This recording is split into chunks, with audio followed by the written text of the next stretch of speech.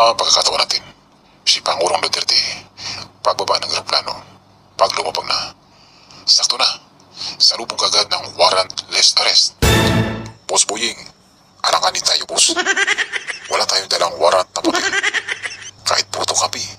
Paano kung pumalag si PRRD? Ialam niya ang criminal procedure. Dati siyang abogado, dati piskal, dating prosecutor, at naging presidente pa. At bukod pa dyan, boss, meron din siyang mga kasamang mga lawyer. Huwag kang magalala, General Torre. Ako ang bahala sa mga pulis at mga kasanduluhan. Nagpadala na ako ng mga sundalo at mga kapulisan. Basta tandaan nyo to, di natin kailangan ng warrant. Kailangan lang natin ng confidence at yung malaking ibabayad sa atin galing sa itaas. Bukod pa diyan, kailangan ni General Torre ng malaking halaga, pamparituki ng kanyang mukha, kanyang ipin, tainga at pati kaluluwa. Kaya aristuhin na, kahit illegal. Tama ka dyan, Boss Boying.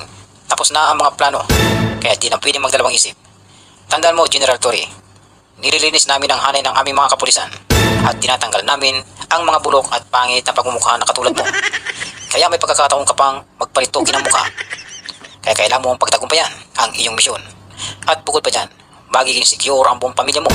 Sige, boss. Kahit illegal, sisiguraduhin kong makakalipat si Presidente Duterte sa daing.